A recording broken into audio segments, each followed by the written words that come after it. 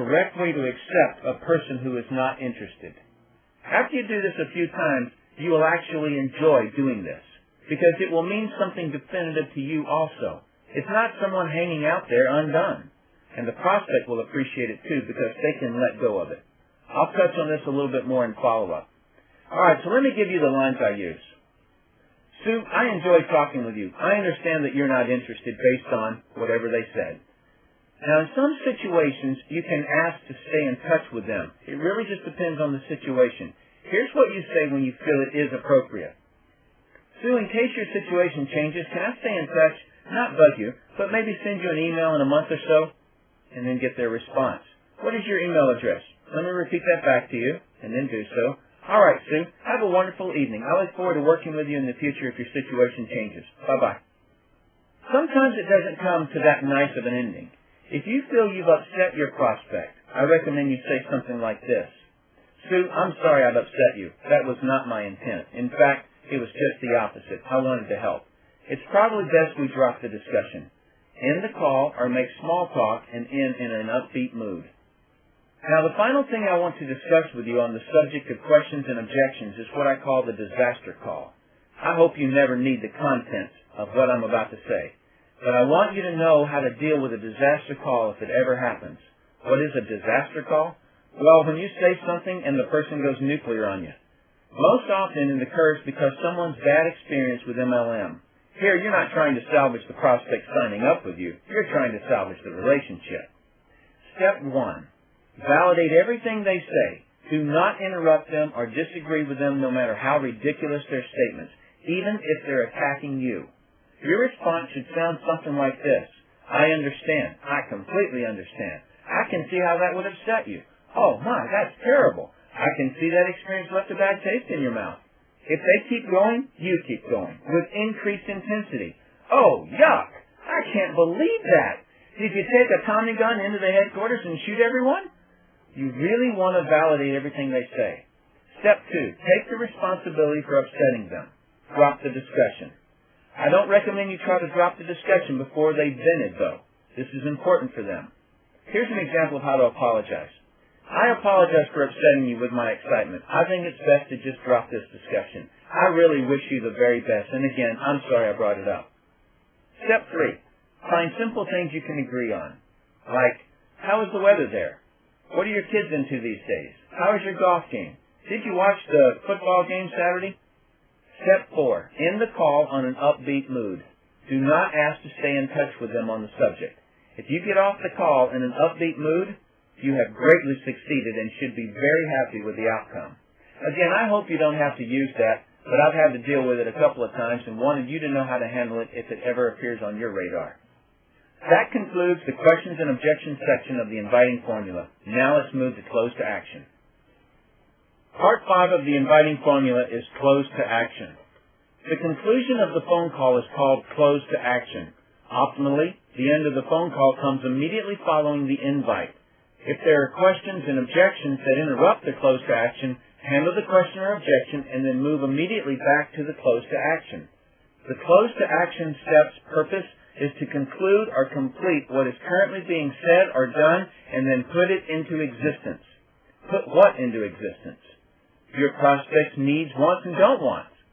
Up until this point, the conversation has been potential or possible need, want, don't wants. Now, we make it really happen.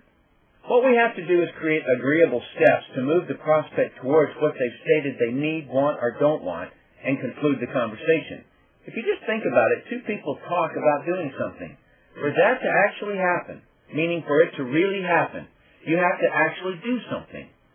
That's really the purpose of the close to action step. It puts the important items discussed into action. Think back to the qualify step where you found out that your prospect wants some things that she doesn't have yet. You're going to help her get them. The close to action step is allocating responsibilities for who will do what to put this plan into action. You're going to do some things, and she's going to do some things. The nitty-gritty of the close to action is to get her to agree to do her part, which is normally to view some information or meet you at a specific place at a specific time.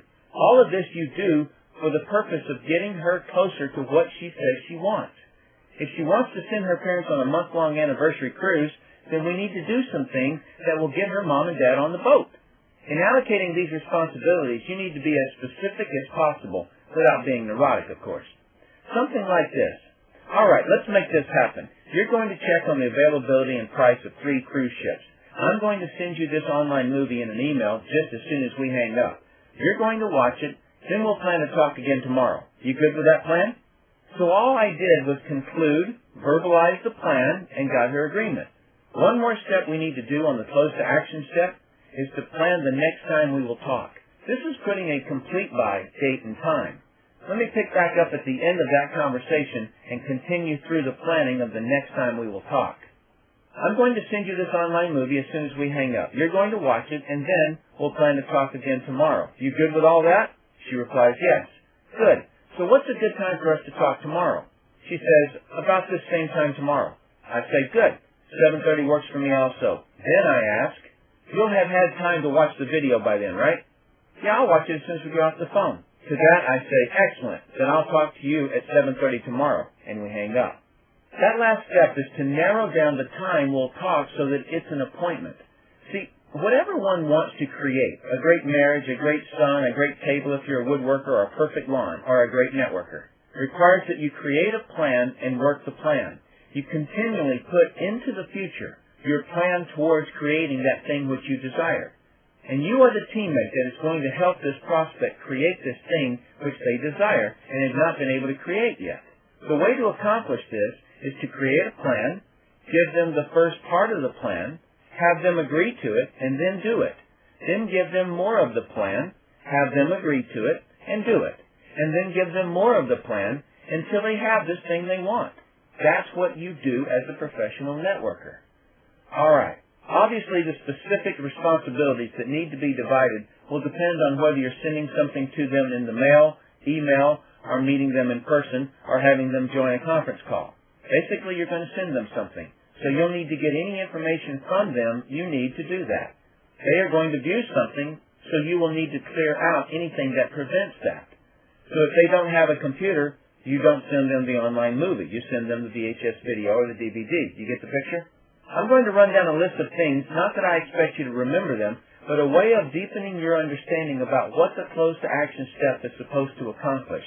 So here's just a few things in general you would want to think about with the close-to-action step.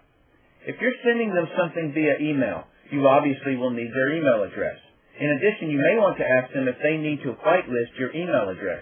Whitelisting is when someone has a spam filter on their email account that will not let anyone's email be delivered if the email address is not in their contact file.